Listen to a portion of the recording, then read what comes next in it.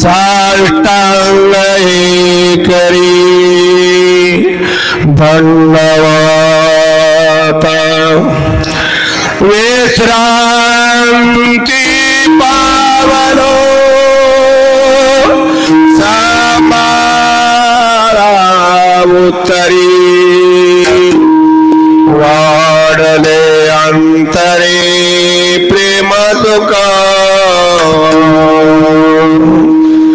दौरली काया कृपेच्या ओरसे दौरली काया कृपेच्या ओरसे आम्हा अनानवी अनारिशी उद्धरलो विश्रांती पावलो समारा उत्तरी वाढले अंतरे प्रेम सुख तुका मने मग न घडता शिवा तुका मने मग न घडता शिवा पूर्व पुण्य ठेवा ओढवला विश्रांती पावलो सांभाळा उत्तरी वाढले अंतरी प्रेम सुख पांडुरंगा करू प्रथम नमन तुझरे चरण तुझरे चरण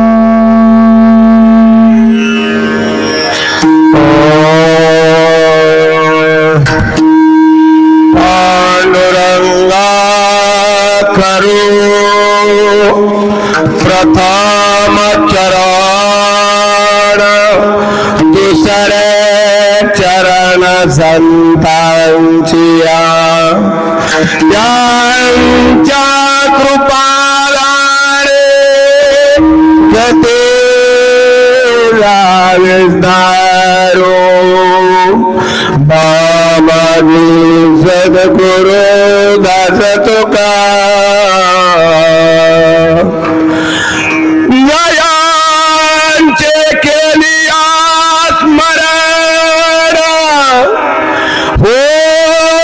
सकळ विद्यांचे अधिकरण ते जीवन से चरण श्री सद्गुरु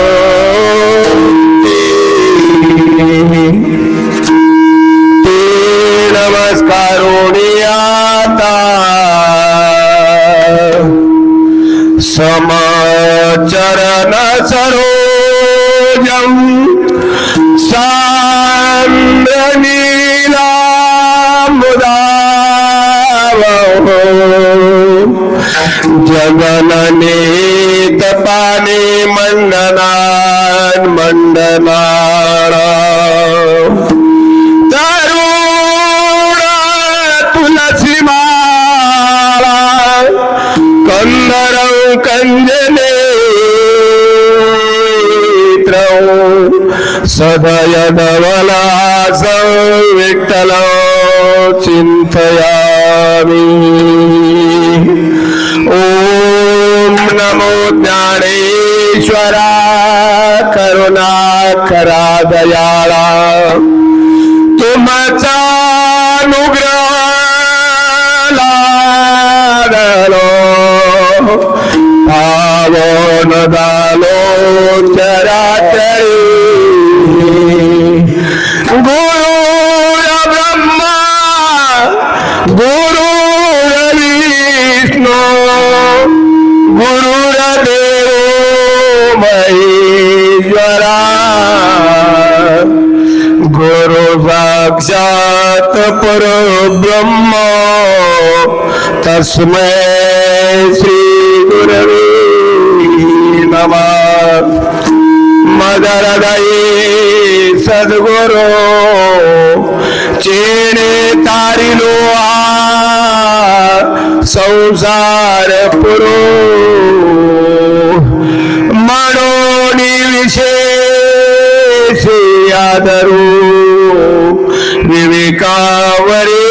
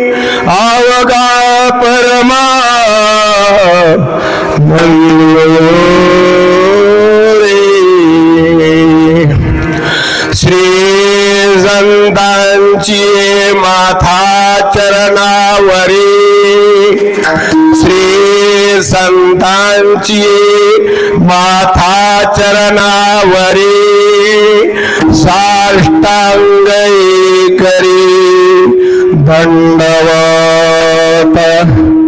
विश्रांती पावलो सांभाळा उत्तरी वाढले अंतरी प्रेम जोग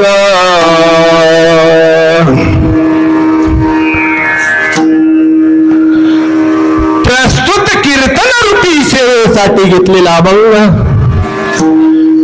देहू निवासी महावैष्णव जगद्गुरु तुकोबाराय यांचा संतपर प्रकरणातील 4 चरणी अभंग प्राप्त प्रसंगी सेवेसाठी घेतलेला आहे. या अभंगाचा विचार करण्यापूर्वी थोडा परिहार देणं गरजेचं आहे. तो असा म्हणजे आपल्या या धारूर नगरीमध्ये सुंदर पवित्र अशा प्रकारचं धारेश्वर मंदिर आणि या मंदिरामध्ये सर्व कसबा विभाग नगरवासियांतर्फे या सुंदर अशा भागवत सप्ताहाचं नियोजन केलेलं आहे. नियोजनकर्त्यांना सगळ्यांना धन्यवाद धन्यवाद धन्यवाद. आणि रात्री असणारी सेवा आमचे परमश्री महंत पांडुरंग महाराज मुंढे यांचे, कारण आपल्या परिसरातलं वैभव आहे ते, त्यांची सेवा रात्री संपन्न झाली आणि दुसऱ्या दिवशीचा सेवा करण्यासाठी माझा नंबर लागला. या ठिकाणी गादीवर उभा राहण्याची संधी या नगरवासियांतर्फे सर्व मंडळींनी मला दिलेली आहे. कारण हे इथं उभा राहण्यासाठी सुद्धा लक्ष्मणराव भाग्य लागत आहे. याला सुद्धा मी म्हणत नाही, मौली म्हणतात भाग्याचे निभरसे उद्यमाचे निमिषे संपत्ती जात आपेशी घरगे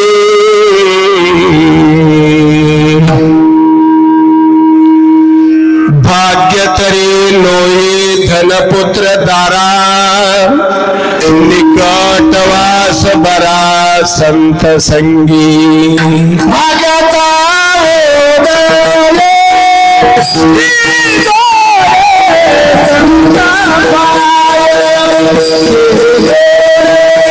संत पाय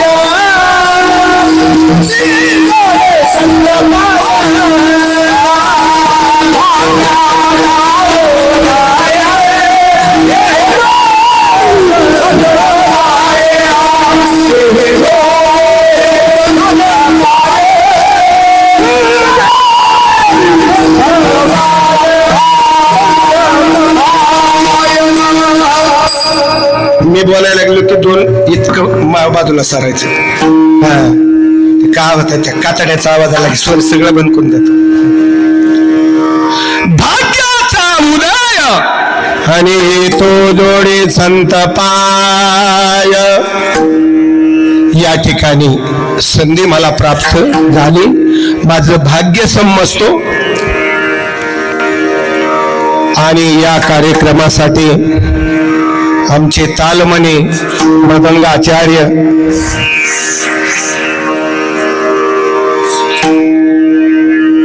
गोविंद महाराज चव्हाण, कारण जवळजवळ 20 वर्षापेक्षा जास्त दिवस झालं त्यांची सेवा आहे. आणि सेवेशिवाय फलश्रुती प्राप्त होत नाही, सेवाच करावी लागते. तसेच आमची भजनी मंडळी गोरख महाराज आहेत, मुंजा महाराज विटेकर आहेत, लेलं महाराज, पण ते लय भारी अक्षरात लिहिलं मला दिसत नाही. काय नाव मोतीराम महाराज पळशी, इटी पळशी. वा वा, हरिभाऊ महाराज आमचं गाव. पळशीकर महाराज आणि सोमनाथ महाराज पळशीकर. विषयाने विषय निघतो महाराज एकदा. कथेला साथ बर का. हा, कथेला साथ करतात, कथे करता साथ करतात. हे हा कथेसाठी आहे, बरोबर. विषय असा आहे, लक्ष्मण महाराज पळशीला आम्ही कमीत कमी 25 वर्ष झाला, असं 25-30 वर्ष, 30 सप्ताहातल्या कीर्तनाला आम्ही आलो. आणि तिथे एक महाराज आणले होते असे नवीन. त्या काळामध्ये लय असं महाराज लोकांची लय उणीव होती. आणि 2 पोरांनी, तरुण पोरांनी त्या महाराजाला गचांड्या दिल्या ना. तुम्हाला माहिती असेल, यांना काय नाही, हे का 30 वर्षाच्या आजच्या बाहेरचे असतील. आणि एका गावातल्या महाराजांना जी विणा घेतला म्हणतात, ते विणा म्हणले यांना अटक झाल्याशिवाय माझ्या समोर आणल्याशिवाय मी विणा टेकणार नाही, मी असाच प्राण घ्या हे करणार. रात्रीचे 11 वाजले, सकाळी 7 पासून रात्रीचे 11 वाजता त्या फौजदार साहेबांनी पकडून आणले त्या दोघांना. त्यावेळेला 10:30 वाजता, 11:45 वाजता कीर्तनाला सुरुवात झाली. म्हणजे कुठं काय होतंय, कारण ज्याला ज्याचं ज्ञान नाही, कारण हा जो परमार्थ आहे, परमार्थ महादान जोडी देवांचे चरण वावया जतन ही उपाय लाभाचे.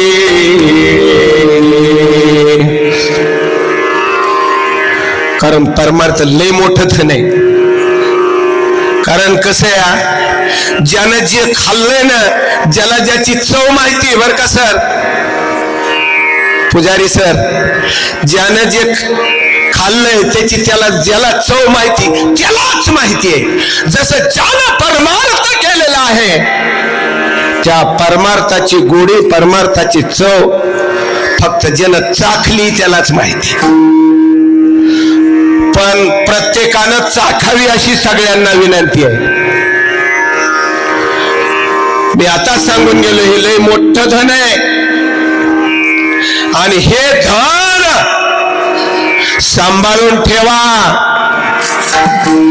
आपणाला तुका म्हणे होता ठेवा, आणि तो या भावा सापडला.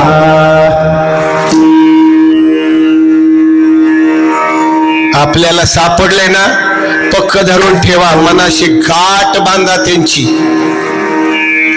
आणि गाठ बांधल्यामुळं आपणाला खूप फायदा आहे. सर्वात सर्वात सर्वात मोठं धन म्हणलं ना, प्रत्येक माणसाला फक्त सुख हे सर्वात मोठं त्याचं धन आहे. त्याच्या इतकं मोठं कोणतंच नाही. सुख पाहिजे. मनुष्य सुखासाठी रात्रंदिवस झगडत आहे. सुखाला करीशी तळमळ, सुखाला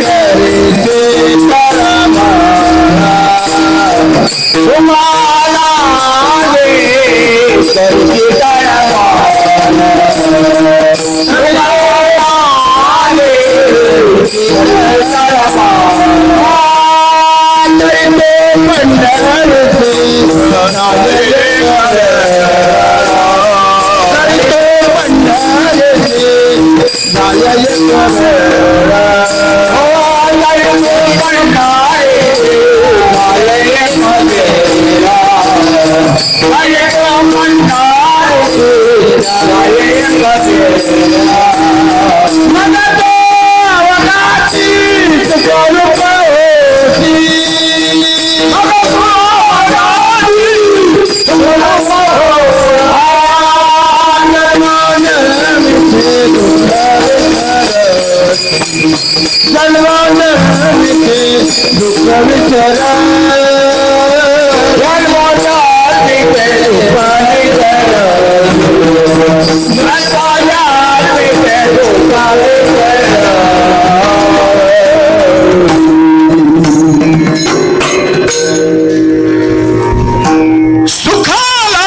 करीशी तळमळ, तरी तू पंढरीशी जाय एक वेळ, मग तू जन्म जन्मीचे दुःख विसरशी. म्हणून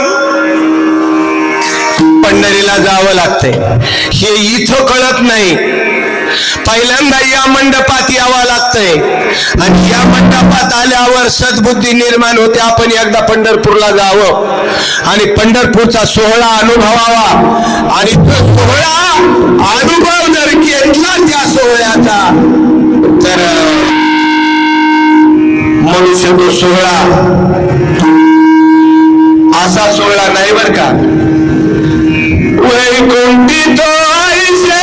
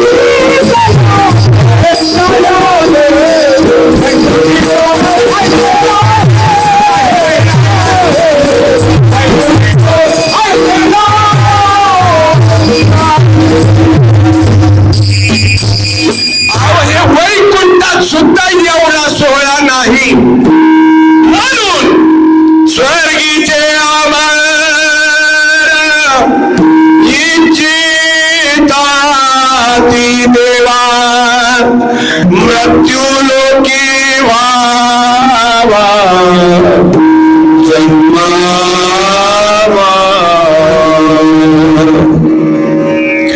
स्वर्गीचे लोक या मृत्यू लोकाची अपेक्षा करतात. इह लोकीचा हा देह आणि देव इच्छिता ती पाहे. आजुक सोळा स्वर्गी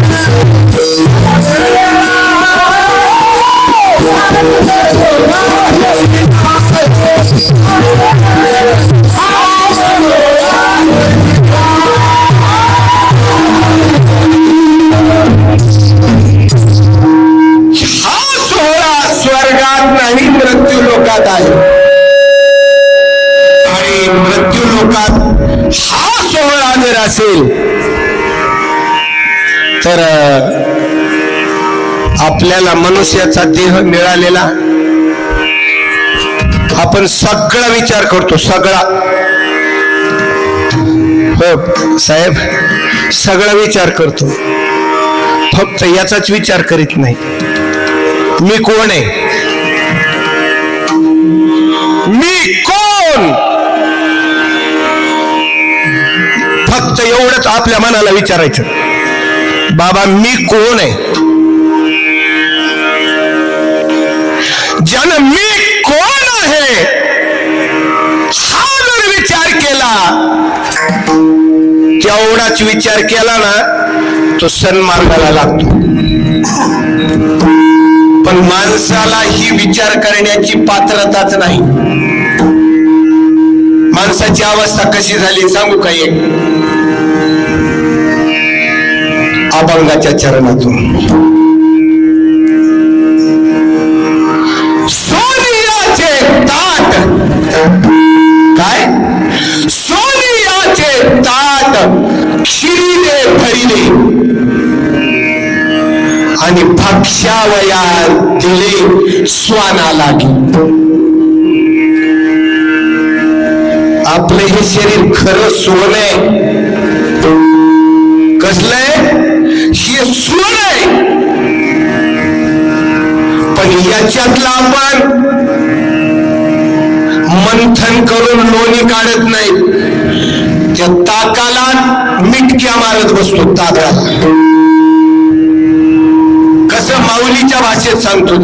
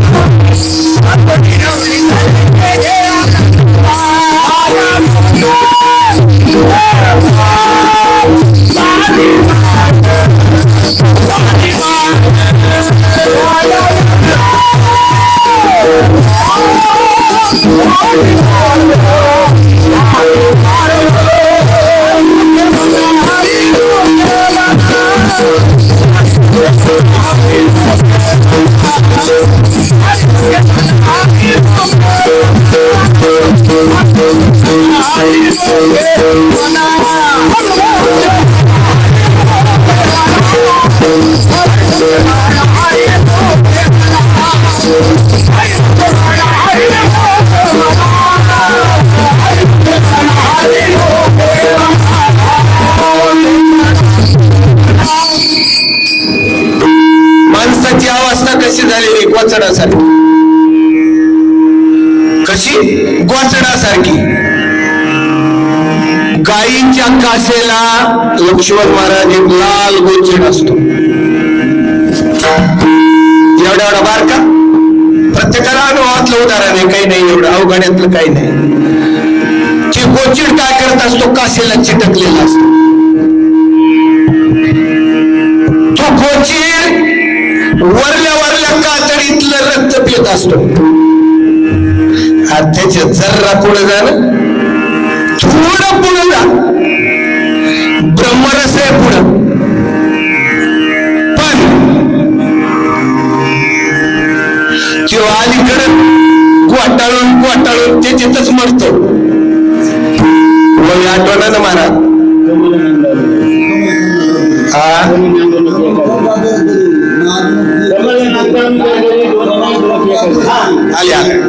कमल कंदानी तरदुरी नांदलूत एकेची परी.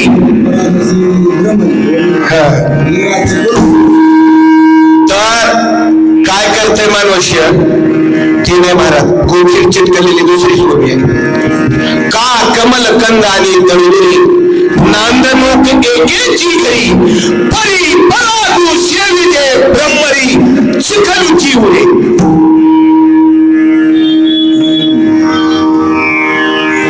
काही गोष्टी नसतात असाव्या लागतात.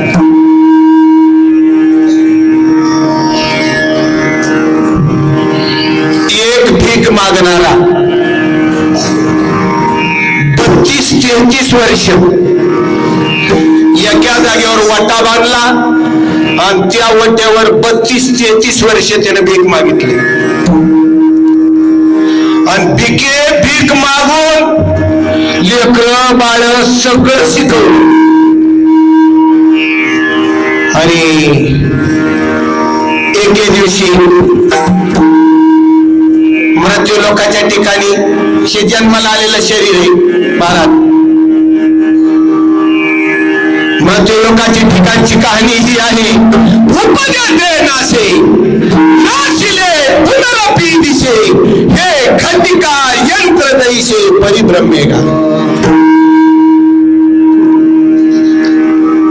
इथं आले ना मरका लोक आहे. मरक्या लोकात जन्माला आल्यानंतर मरावं लागतं हे तितकंच खरंय.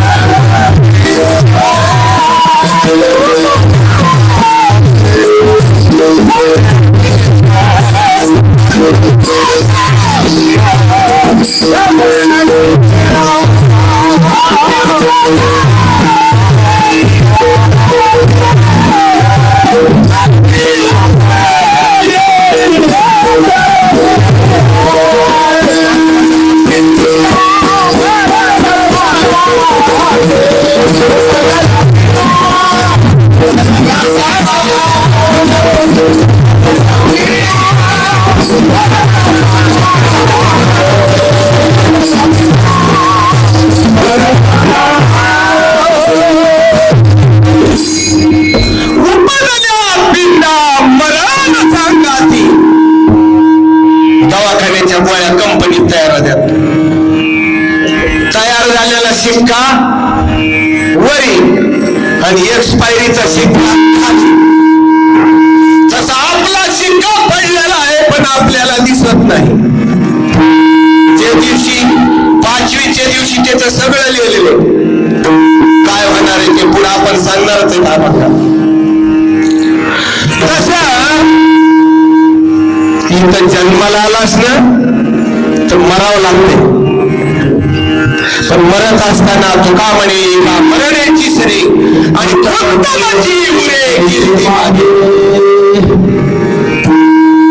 उत्तम कीर्ती राहिली पाहिजे पाठीमाग. म्हणून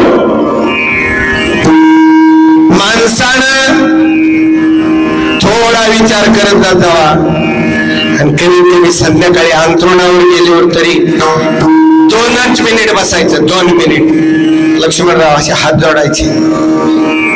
देवाला म्हणत देवा मी सकाळी उठल्यापासून किंवा जवळजवळ 10-12 कामं केले पण त्याच्यातले 2 लईच वाईट केले. पण सांगते आपल्याला दुसऱ्याला विचारायची गरज नाही. पण त्या 2पैकी एक वागळायचा दुसऱ्या दिवशी, तिसऱ्या दिवशी एक वागळायचा आणि स्वच्छ व्हायचं. आणि ही पात्रता फक्त मनुष्यालाच आहे, दुसऱ्याला नाही. बुद्धीचे वैभव अन्य नाही तुझे आणि एका केशवरा दे सकळ सिद्धी. हे वैभव फक्त माणसाला. म्हणून या माणसानं मी तू हा विचार विवेक शोधावा आणि गोविंदा माधवा याच देही. म्हणजे याच देही थांबा एक तो उशीर झाला आपला. आणि आपल्याला हे जे आहे पार करावं लागते. पण मौलीने एक सुंदर ओळी लिहिलेली याच्यासाठी. शरीराची गावाली काय म्हणतात मौली? शरीराची गावालिया जन्म मृत्यूची या सोहळिया ना मनो ने धनंजया जिया परी. म्हणून माणसानं विचार करावा, विचार करून या कीर्तन मंडपात यावं. कोणी कसला बी असो त्याच चांगलं घ्यावं आणि वाईट काही बोलला असेल तर ते तिथंच सोडून द्यावं आणि चांगलं असेल ते आपलं बरोबर घेऊन जावं, आपल्या हृदयात ते साठवावं. आणि महाराजांनी काय सांगितलं, गाय कसली बी असो, काळी असन, पांढरी असन, तांबडी असन, जांभळी असन, कसली असन, दूध मात्र पांढरच आहे ना. तसं महाराज कोणताही असो, न पाहे याती कुळाचा विचार, न पाहे याती कुळाचा विचार आणि भक्त करुणा कर ज्ञाना. एवढं पाहायचं. संतांच्या सानिध्यात जायचं. ज्यांनी आपल्या जीवनाचं सोनं करून घेतलंय, आमचे लक्ष्मण महाराज, कोणता बी महाराज येऊ द्या, बरोबर घरी येणार ते. चहा पाणी उठणं बस म्हणजे हे संत समागम म्हणायचं याला. संत समागमी धरावी आवडी आणि करावी तातडी परमार्थाची. मौली म्हणतात चाचणी करावी म्हणजे झाड झाडोनी महिलानी ये भक्तीची वाटेला जेणे तू पावशी अव्यंग धाम माझे. पटपट करावं लागतंय, तातडी करावी लागते. जाऊ द्या, पुन्हा बघा येईल. आता मिळाले तारुण्य, आलंय तारुण्य मज्जा करून घ्यावी. जितकी मजा करताना तितकी सजा भोगावी लागते. गेले कर्म त्यांची भोगाले आणि उपदले मेले आईशी किती. कौरव पांडवाचं युद्ध झालं. किती दिवस झालं? फक्त 18 दिवस. आणि 18 दिवसामध्ये एक कौरव राहिला नाही ना, सगळे मेले. किती होते? 100. आणि 5 आणि 100 मारले. राग आला धृतराष्ट्राला आणि रागाच्या भरामध्ये संजयाला बरोबर घेतलं आणि कृष्णाकडे गेला धावत. म्हणले, हे कृष्णा, ते काय चांगला बोलला का काय? सगळा खेळ तू केलास म्हणले. त्याच्या लक्षात आला तर या गिरायकाला ह्याच कर्तव्य दाखवावं लागते. काकाजी, काकाजी, अहो काकाजी, चला या या या या या असं करून बोलवलं. हाताला धरून आणलं होत, आणलं ह्याच्यावर बसवलं, आसनावर बसवलं. त्यांच्या डोक्याचा टोप काढला आणि याच्या रुमालानं ते डोकं पुसलं आणि डोकं पुसत पुसत त्याच्यावर हात, त्याच्या डोक्यावर हात ठेवल्याबरोबर पहिल्या जन्मातलं आठवलं त्याला. काय आठवलं? मी शिकारीला गेलो असताना वाटेमध्ये मला शिकारी एकही सापडली नाही. परत निघालो, एक मोठी सर्पी आडवी गेली, तिला पकडू लागलो, मला सापडली नाही. त्या गावताच्या गंजीत गेली, मी काडी काढली, गावताची गंज फुकून दिली, त्याच्यात ती सर्पी आंधळी झाली आणि तिचे 100 लेकरं नेलं. आणि त्याच्यामुळं मी आंधळा झालो आणि मला मुलं माझे 100 झाले. त्या सर्पिणीनं श्राप दिलेला त्याला भोगावा लागला. भोगले फळ संचिताचे, केले कर्म त्याची भोगाले आणि उपजले मेले आईशे किती. असं भोग हा भोगूनच सारावा लागतो. एका जनार्दनी भोग आणि भोगल्या विना न चुके चांग. भोगा भोगून सारावा लागतो. म्हणून आपण संत समागम करावा, संतांच्या सानिध्यात जावं आणि काय करावं जाऊन अभंगाच्या पहिल्याच्या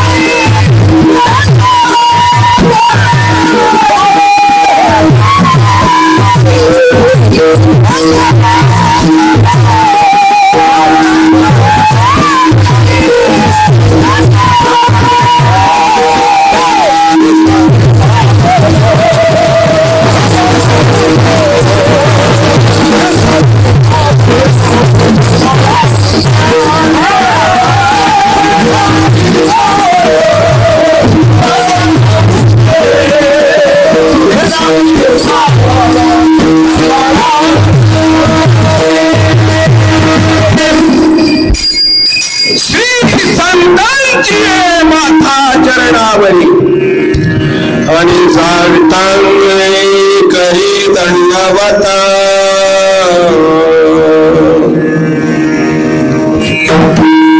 श्री संतांची माथा चरणावरी. आपल्याला फक्त 3 विषय सांगायचे आणि कीर्तन समाप्त करायचे. श्री, संत आणि माथा या 3 चरणाचा 3 शब्दाचा अर्थ सांगायचा आहे. माझ्या पोटीला पेली त्याप्रमाणे आणि सेवा समाप्त करायची आहे. तुकोबाराय यांनी पहिला शब्द या अभंगात वापरला श्री. कोणता शब्द वापरला? श्री. आपण प्रत्येक जण लिहितो श्री ज्ञानेश्वरराव, श्री सोपानराव, श्री लक्ष्मणराव. सगळ्याला लिहितो आपण श्री. पण श्री शब्द लावून घ्यायचा आपला अधिकार नाही. श्री कुणालाही लावता येत नाही. आता आपल्या बुद्धीनं आपण लावतो ते सोडून श्री. अगर आपले मित्र लावतात कारण त्या स्त्रीचा अर्थ त्यांना माहित नाही. श्री म्हणजे एवढूसा शब्द नाही, तो लय मोठा शब्द आहे. श्री, श्री शब्द कुणाला वापरावा? श्री संत, संतांना शब्द वापरावा. त्याच्या पाठीमागे लावावा श्री संत. श्री कुणाला लावावा?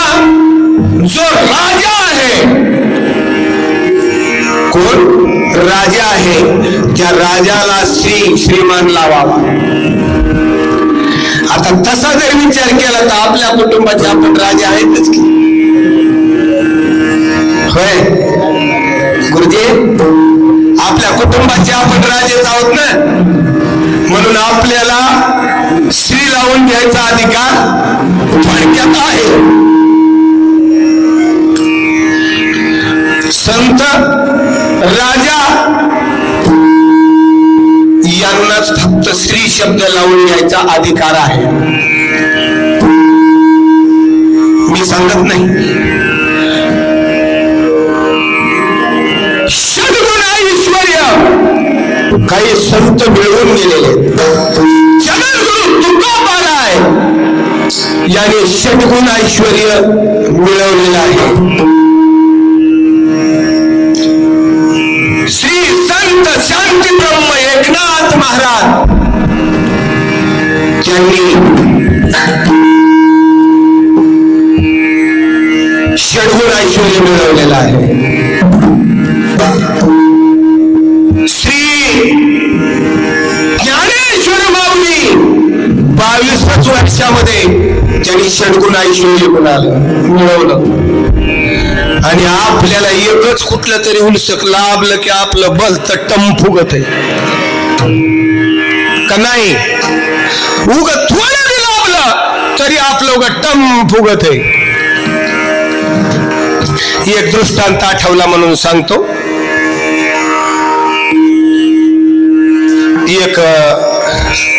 एका राजाची मुलगी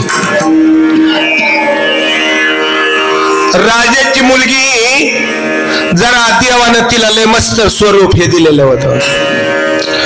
पण तिला तिच्या रूपाचा अहंकार झाला. काय झालं थोरात पाटील? तिच्या रूपाचा अहंकार तिला लय झाला. आणि मग म्हणू लागली, तिच्या बापाला सांगितलं, तिच्या वडिलाला, तिनं राजाला. कारण ज्या वेळेला अहंकार निर्माण होतो ना त्याला दुर्बुद्धी निर्माण होत असते. ती म्हणली, बाबा आता तुम्ही माझ्या लग्नाच्या तयारीला लागला. म्हणले हो. पण म्हणली माझी एक आट आहे म्हणली, आणि त्या आटीत जर तो मुलगा बसला तरच मी करणार. असं म्हणले, काय आट आहे बाय? ती म्हणली जास्त लय आट नाही.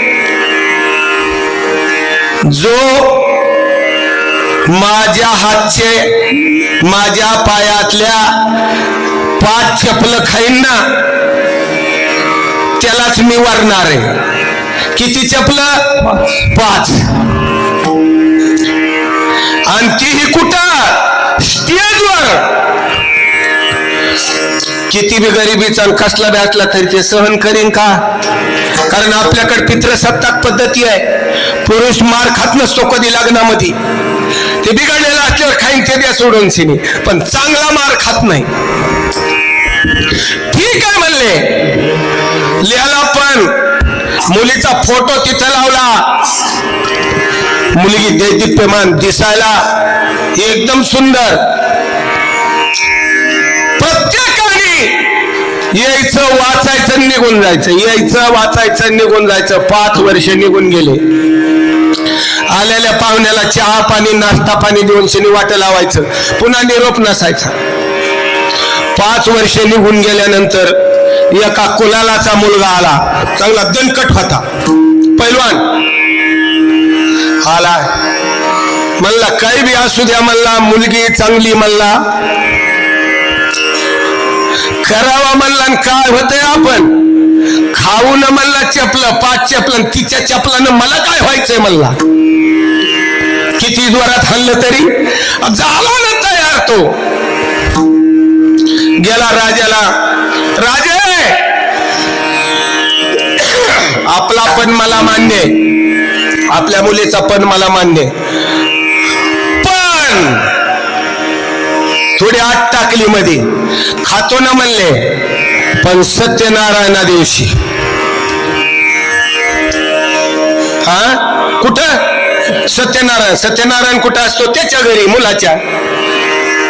राजा गेला पुढला. म्हणला बाय वर्गा चांगला आहे, आता नाही वय म्हणू नको, नाही वय म्हणू नको. तू बेजार झालोय ताट धुता धुता.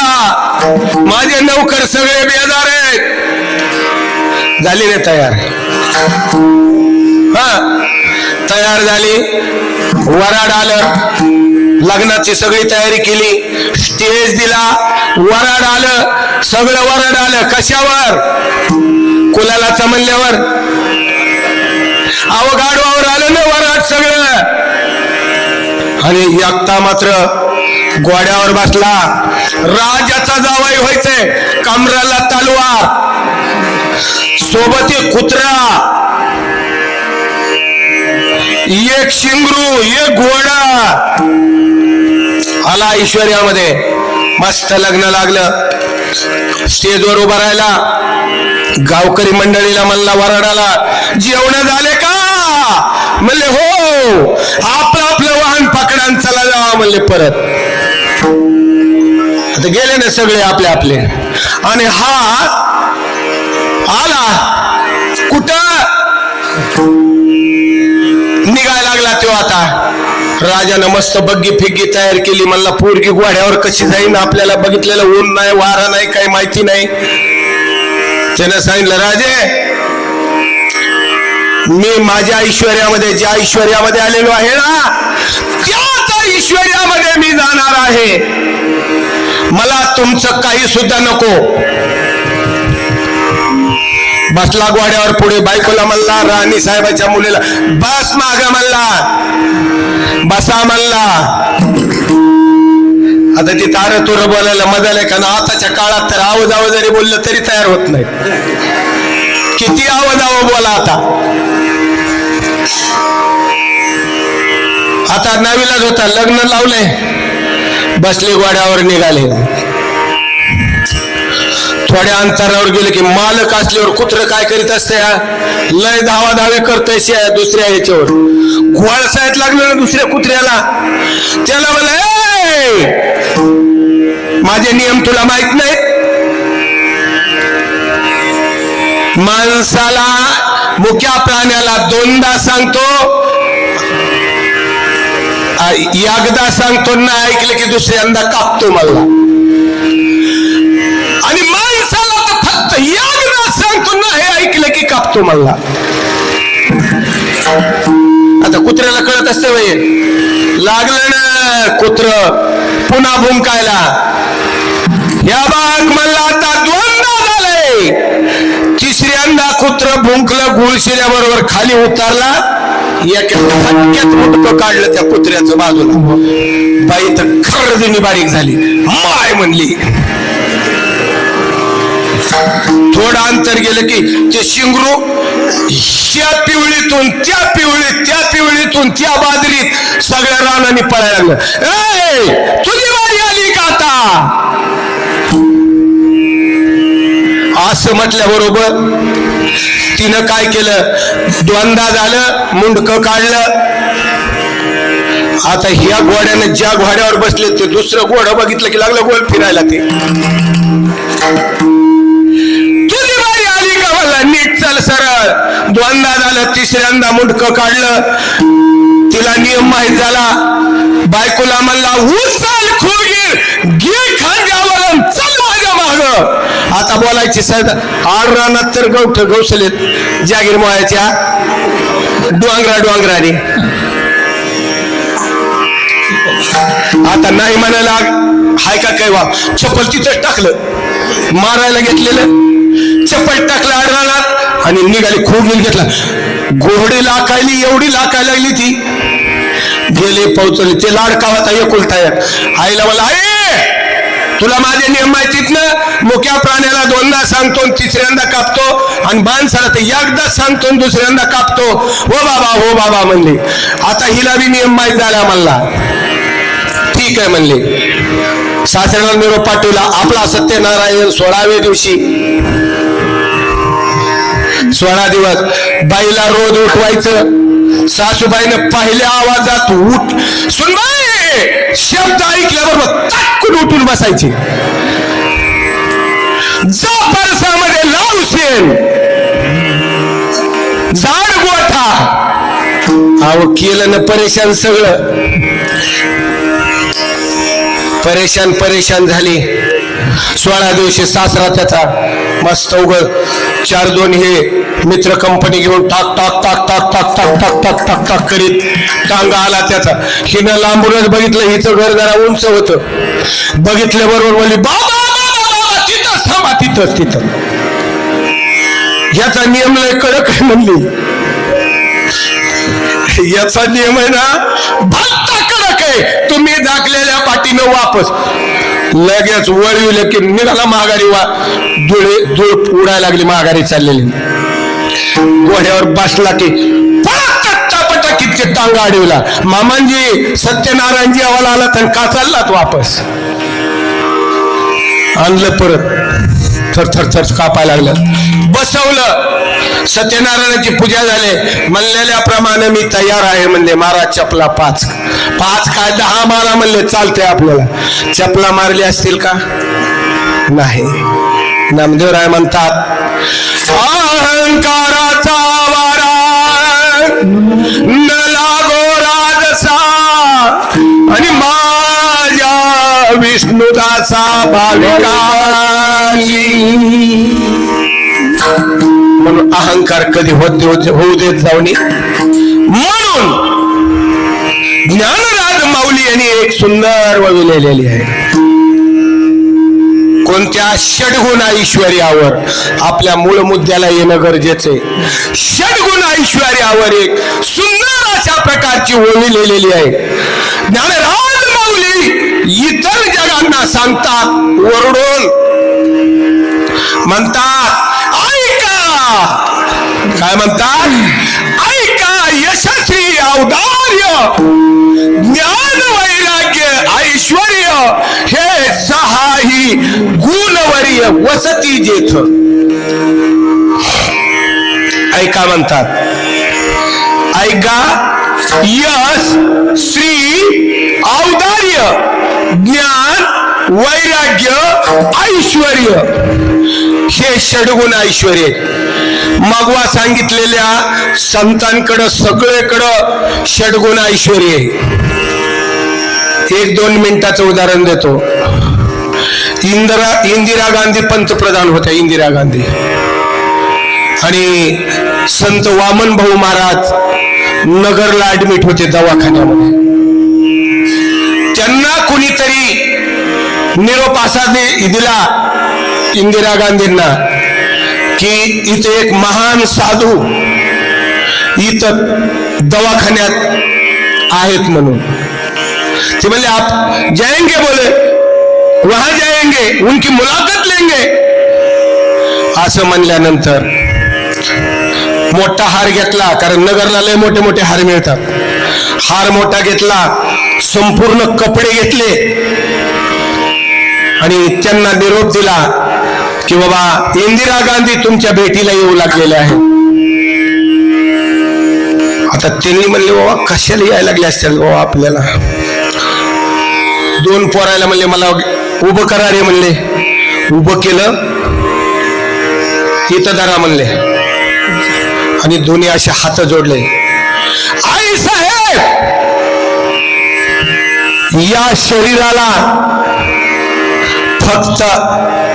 फक्त माझ्या आईचा 4 दिवस आणि माझ्या आजीनं मला दूध स्वतःच दूध पाजलेले. माझ्या आजीनं 4 दिवसात त्यांची आई वारली आणि मला माझ्या आजीनं सांभाळ केलं.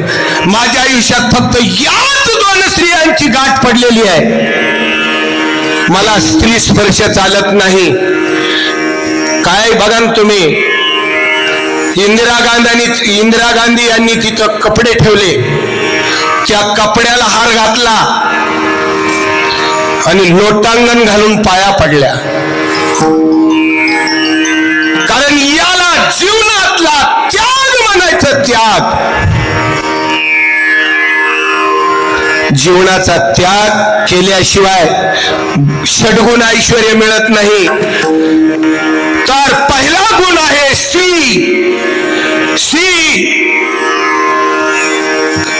ऐका यशस्वी औदार्य ज्ञान वैराग्य ऐश्वर्य हे 6ही गुणवर्य वसती चेथ. पहिला गुण आहे यश. यश थोरविला मारुती. अपयश कधी त्याच्या हातात नव्हतं. फक्त यशच होतं. कुणाच्या? हनुमंतरायाच्या हातात. म्हणून यशस्वी. ऐका यशस्वी म्हणजे यशे थोरविला मारुती. विभीषण केला लंकापती. श्री हे पद कुणाला दिलं? बिभीषणाला दिलं. श्रीपद का दिलं? ज्यावेळेला रावणाला मारलं आणि त्या लंकेच्या गादीवर बिभीषणाला बसवलं त्यावेळेला त्याला श्री हे पद दिलं. ऐका, यश श्री औदार्य यशे थोरविला मारुती, बिभीषण केला लंकापती, औदार्य देऊनी कर्ण हाती, थोर कीर्ती मिरविली. औदार्य नावाचा गुण याच्याकडे होत. काही मागा, कृष्णाने स्वतःची कर्णाने स्वतःची कवच कुंडल दिली, त्याला औदार्य म्हणायचं. यशश्री औदार्य. ज्ञाने उपदेशिला चतुरानन,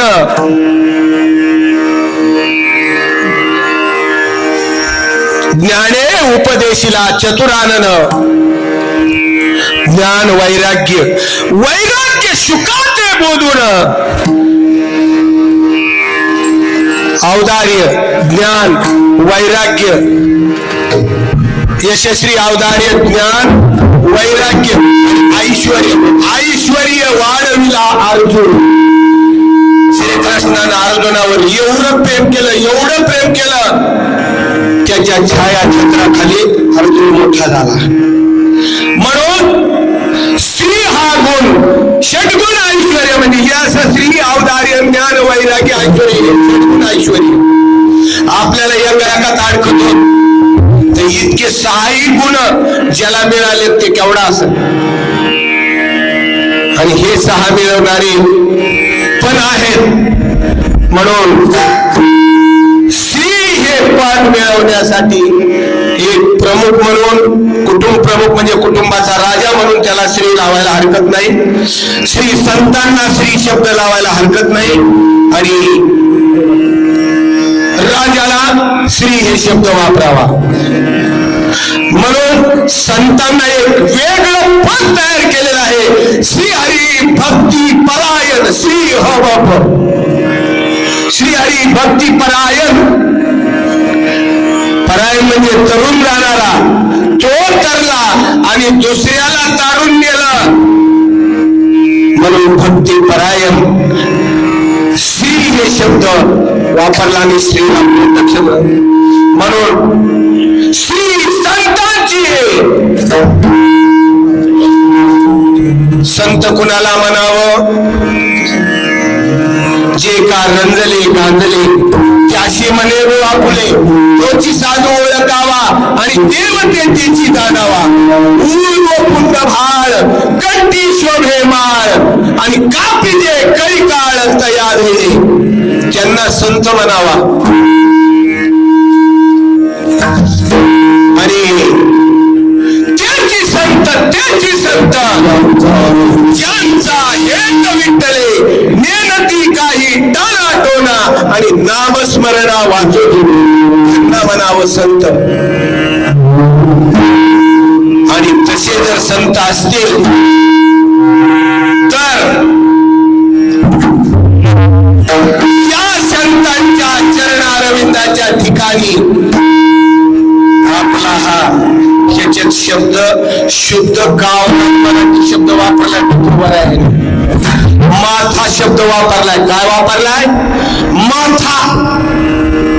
आता माथा आपण हे सगळ्याला मिळून माथा समजतो, पण माथा कसा आहे बर का? माथा इतका भुवयापासून वरी आणि ह्या इथून खाली इथपर्यंत इतकाच माथा आहे. आणि तो माथा संतांच्या चरणावर तो माथा ठेवावा. आपण तर असा नुसता हात करतो, ते लागू सुद्धा देत नाही. तो माथा का टेकवावा तिथं? तो गोबाऱ्याने एक सुंदर लिहिलेले संत चरणराज लागता सहन आणि वासनेचे बीज जळून जाय. समोर वासना जर गेली ना, वाईट वासना निघून गेली ना, तर संत चरणानं लागत असहज वासनेचे बीज जळून जाईल आणि त्याचा परिणाम मान नामे उपजे आवडी आणि सुख घडोघडी वाढू लागतो सुख उभा राहत सगळं. तर हे जे आहे ना माथा, या माथ्यावर प्रत्येक जण जन्माला तुम्ही आम्ही आलेलो आहोत. त्याच्यावर 5वीच्या दिवशी लिखाण लिहिलं जातं. माथ्यावर कोण जाते लिहून? 6वी लिहून जाते. 6वी काय झालं? रावणाला मुलगी झाली. काय झाली? मुलगी झाली. आणि रावणाला मुलगी झाल्यानंतर 6वी आली आणि तिचं काम करून चालली. कारण त्याच्यात ते म्हणजे दादाच होता ना सगळ्याचा. खायलेलंच म्हणले माझ्या पोरीच्या नशिबात. मला नाही सांगता येत म्हणले. मी नुसती कारकून आहे, माझ्या हातात काही नाही म्हणले. नुसतं मला जे रेषा मारा दिले ना तितकंच येते म्हणले. त्या रेषेचा अर्थ बी मला कळत नाही. मग सांग म्हणले कुणाला कळत आहे ते म्हणले ब्रह्मदेवाला कळतंय. कुणाला कळतंय? ब्रह्मदेवाला कळतंय. या ब्रह्मदेव तर ती काय तिथं म्हणले दरवाजाला राखण करीत उभा राहिलेला आहे. हाणाला म्हणले त्याला बोलवून आणलं ना नौकर. त्याला काय तिथं आणलं पुढं घालून आणलं पुढं आणि आणल्यानंतर ते ब्रह्मदेवा आता ते काय चांगलं बोलले का? नाही. माझ्या मुलीच्या नशिबात काय लिहिलंय म्हणले सांग. राजे तसं नाही हो सांगता येत. तुला सांग म्हणतोय ना म्हणले. सांगू का म्हणले? हो सांग. वेळ येऊ नको. मला वाट बघायला लावला नसतो. मी एवढ्या सृष्टीचा राजा मीच एकटा. सांग. ठीक आहे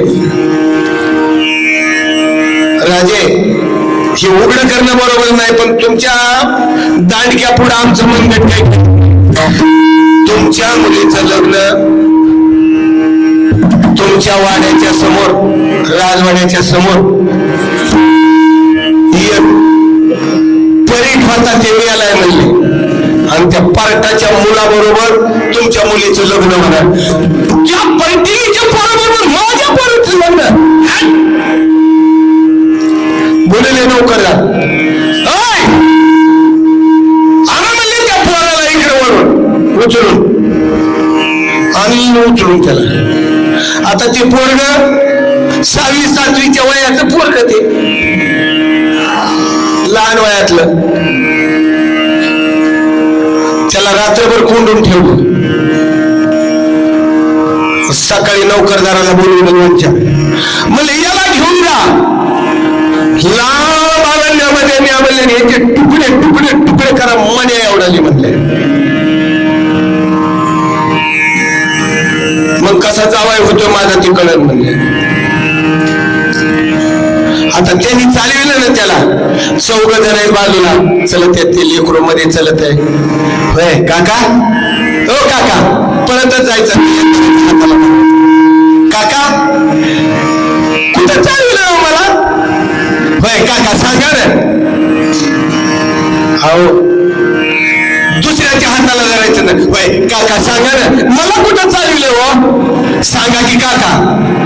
त्यांनी सगळे ते चौघाला चौघ रडायला लागलं. कारण ते सुद्धा लेकरा बाळाचे बाप आहेत ना.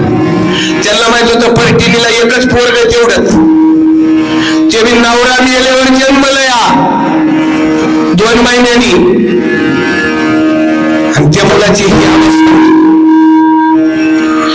4 जणांनी मी विचार केला म्हणल्याकडे ह्याला मारलं नको. राजाला काय करायचं म्हणजे डाव्या पायाचा अंगठा काढायचा आणि याला अरण्यात द्यायचं म्हणजे सोडून. आणि डाव्या पायाचा अंगठा काढायचा, ते आणायचा आणि राजाजवळ द्यायचा. राजेसाहेब टाकलं मारून. चौघाचा विचार झाला. रडले अगोदर 4 भीते. कारण ते जे मुलाबाळाचे बाप होते ना, रडले आणि त्यांनी तो ही केला, अंगठा काढून घेतला आणि त्याला म्हणले तू फक्त आता परत इकडे येऊ नको, तिथंच रानात राहा, तिकडं तुला कुठं काय मिळेल तिकडेच राहा म्हणले. कसं असतं बरं का,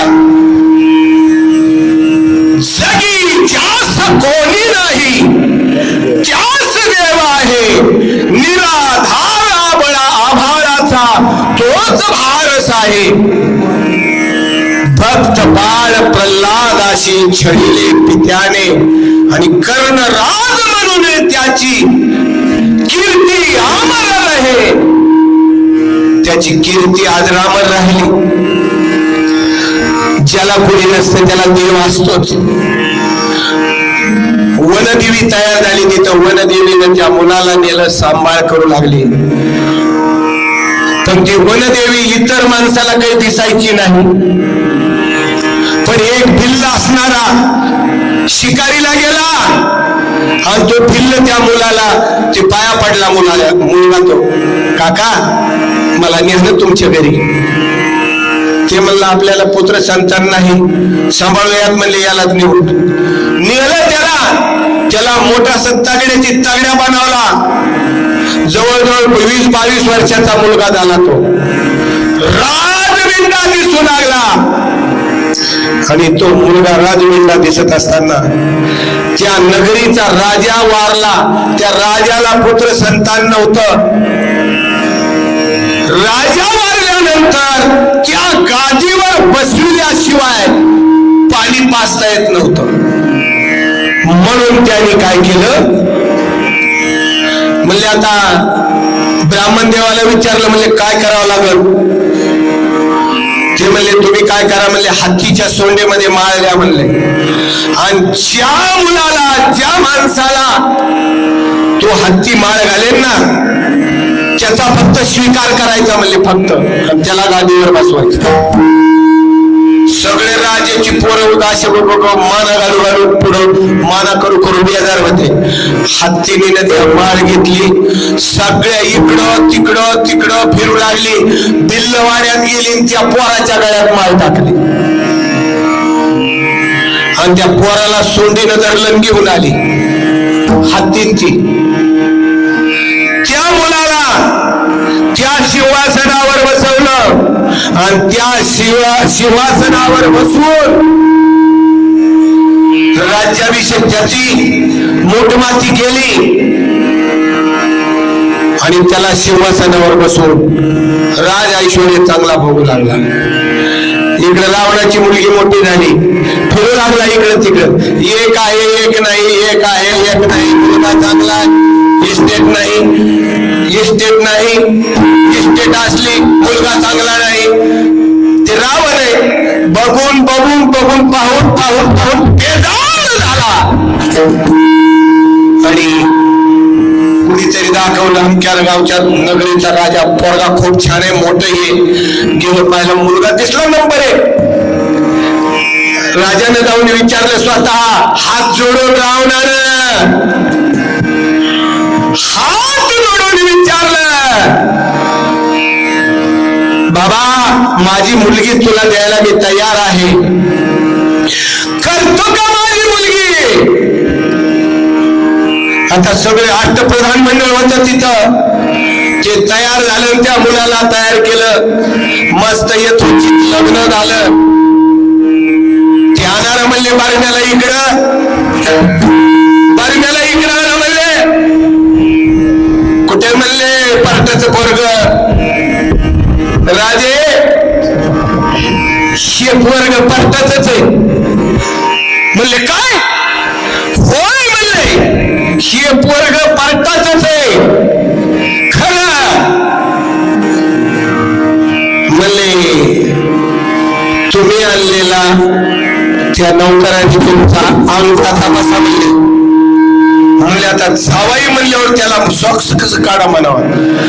त्यांनी सुचवलं की जावयांचे पाय सासऱ्याने धुवायचे असतात आणि त्याचं तीर्थ घ्यायचं असतंय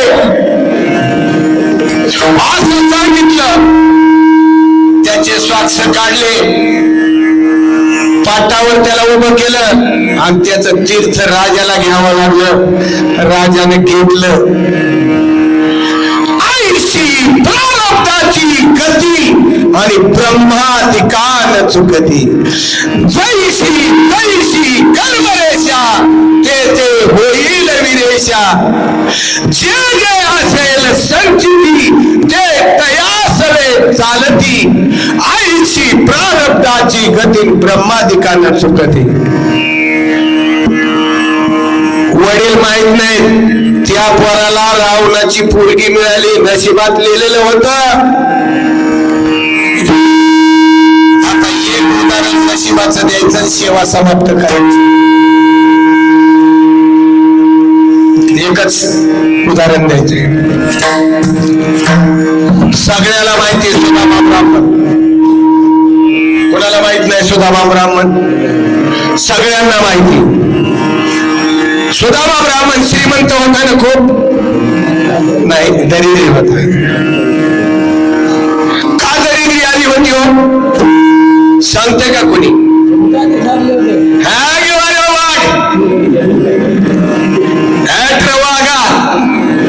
तिनं काय केलं होतं, एका म्हातारीचं चणे बेडू घातलेले आणि त्याची चुंडी चोडली, तिनं बांधून ठेवली होती.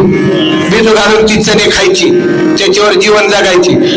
याला आवडले म्हणून त्यानं काय केलं, सांदीपनी ऋषी कडं श्रीकृष्ण परमात्मा, बलराम दादा आणि हा देव सुदामा एका ठिकाणी राहत होता. यांच्यापेक्षा 1 वर्षाचा तो सिनियर होता. त्याला ती आवडली म्हणून त्यानं ती चुरली आणि ती खाल्ली. चणे खाल्ले. इतकी चोरी केली तर आयुष्यभर दरिद्री भोगावी लागली. इतकं दरिद्री 18 विश्व दारिद्र्य त्याच्यामध्ये, त्याच्या घरी. काही नाही, बायकोला काय नाही, त्याला काय नाही, उघडाच खावावी. बायकोला म्हणायचं उपाशी मारायची. जाणं तुम्ही थोडं तुमच्या मित्राकडून, राजा म्हणतात तुम्ही, जाणं तिथे कोणी इतकं ती जाणं की 12 म्हणले. तो देव असाया घेशी केव्हा घेशी आणि आईचा असाची उदार. अगोदर घेतोया आणि नंतर देतोया. मग आपल्यापाशी काय म्हणले न्यायला? एका श्रीमंत बाईनं चालून भुगा खाली पाडलेला होता. हे भुगा गोळा केला, तिने आणला आणि त्या नवऱ्याच्या फाटलेल्या द्वात्रामध्ये ते बांधला, लावलं श्रीकृष्णाकडे. गेला वाटेमध्ये राजाचा दरवाजा काही मोकळा नसतो, द्वारपाळ होते.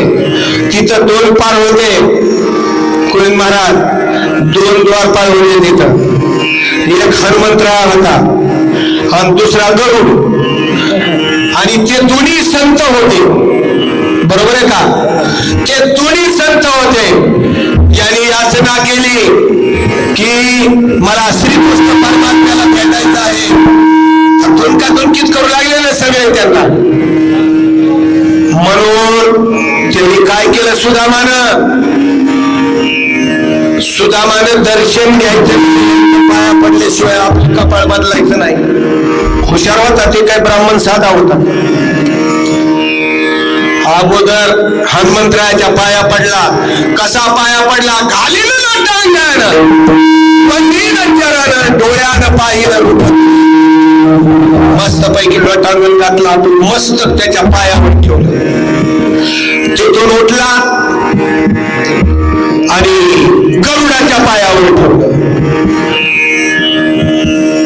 तू का म्हणे निवेतन आणि रजकणू लागता संतांच्या चरणात त्याच्या मस्तकाला लागल्याबरोबर नशीबच बदललं त्याचं. फाईलच पलटी झाली, फाईल पलटी झाली आणि जाऊन मध्ये निरोप दिला श्रीकृष्णाला. राजे कोण सुदामा एक आहे म्हणले आणि ते सुदामा द्वारावर आलाय तुमची भेट घेऊ इच्छितो. सुदामा शब्द ऐकल्या बरोबर श्रीकृष्ण परमात्म्याला सत्यभामा रुक्मिणी होत्या त्याला उपरणं सुद्धा गोळा करायचं सुधारणा परत सुटला सुदामाचं नाव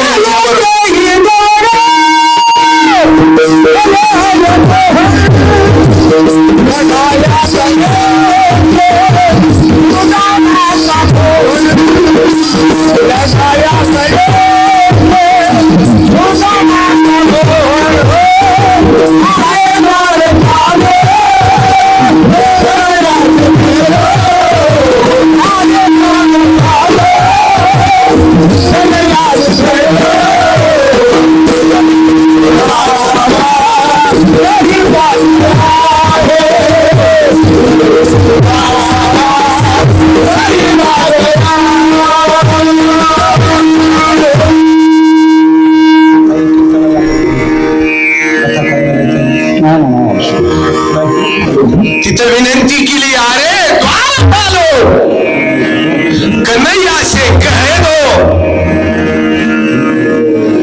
काय म्हणा म्हणले जाऊन सुदामा आलाय म्हणून पळतच आले. मस्त त्याला सावरून मिठी मारली अगोदर आणि सुदामाला नेलं आणि आसनावर बसविलंय. आसनावर बसविल्यावर लगेच पाणी मागविलं. त्याच तीर्थ श्रीकृष्ण परमात्मा घेऊ लागले. 8 दिवस त्याला नवीन कपडे दिले, मस्त सजवलं, सगळं तयार केलं. सगळं तयार करून 8 दिवस झाले तोपर्यंत ऑर्डर देऊन टाकली. सर्व गाव त्याच सोन्याचं केलं. सोन्याचं सुदामपुरी सोन्याची झाली आणि तिथं संतांचं चरण जर आपल्या मस्तकाला लागले तर आपलं सगळं नशीब बदलू शकतं. आपलं प्रारब्ध संत बदलविता. म्हणून संतांच्या पाया पडण्याची पद्धत ही पहिल्यापासून चालत आलेली आहे. पण पाया पडत जातो आपण हाताडी इताडी छाताडी नाही. पाया पडत असताना या मस्तकाला ते रजकण लागले पाहिजे आणि रजकण लागून कारण देव इच्छिताती चरणीची माती. देवापेक्षा करतात संतांच्या चरणरथाची. देव इच्छिताची चरणीची माती आणि धावत चालती मागे मागे. देव इच्छी रथ चरणीची माती आणि धावत चालती मागे मागे. कशासाठी? ते रजकण मिळवण्यासाठी. आणि आपण ते कोण जाऊ द्या तिकडं. आपल्या घराची सुद्धा दरिद्री त्याचे जर पाय आपल्या घराला लागले ना तर आपल्या घराची दरिद्री दूर होते जशी सुदामाची झाली. म्हणून श्री संतांची माथा आणि चरण. श्री संतांची माथा चरणावरील आणि साष्टांग अष्ट अंगानं पाया पडले.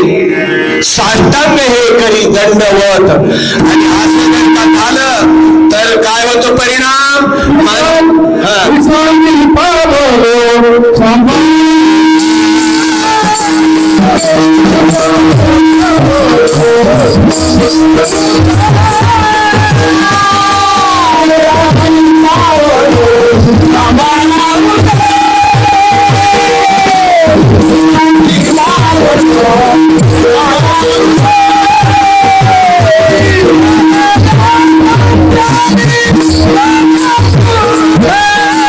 Oh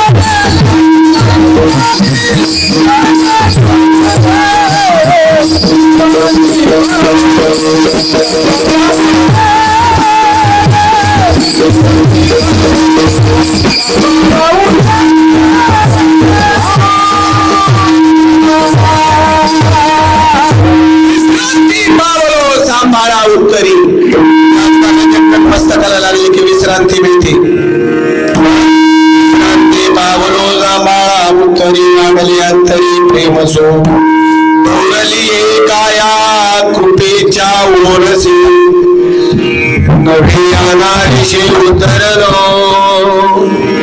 नशिबानं माझा उद्धार झाला. तुका म्हणे मोद न घडता सेवा बोलावला. माणसाची संतांची भेट झाली आणि एकदा संतांची भेट झाली का नाही की माणसाचा उद्धार होत असतो.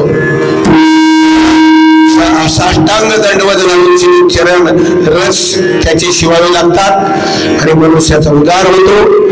आणि हे मात्र कधी कधी होत हे भाग्य. आता चिंता मारली संत दर्शने हा लाभ आणि पद्मनाभ जोडीला.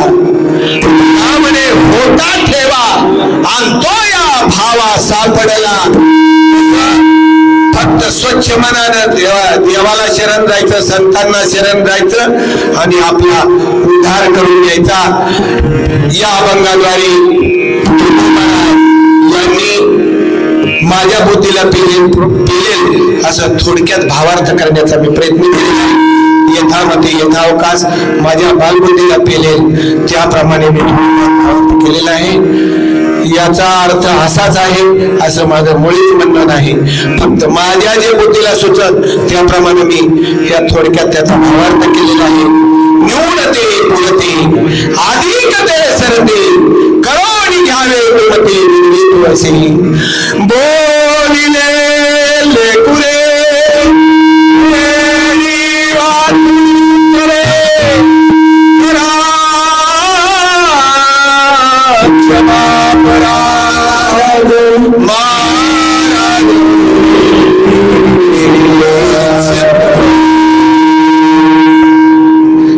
या ठिकाणी सर्व श्रोतेगणांच्या चरणी नतमस्तक होतो. तसेच गुणवान भजनी मंडळ आहे, आमची पळशीकर कंपनी आहे आणि सुंदर अशा प्रकारची या ठिकाणी आशाताई सुनीलराव राऊत, गाव कोणते, लातूरच्या ताई, याची उत्कृष्ट अशा प्रकारची या ठिकाणी भागवत कथा चालू आहे. शास्त्रानं सांगितलेलं आहे गीता भागवत करीती श्रवण आणि अखंड चिंतन श्रवण आयुष्यात येऊन करायला पाहिजे आणि त्याचं श्रवण करावा. या सगळ्यांच्या चरणी नतमस्तक होतो. सेवेला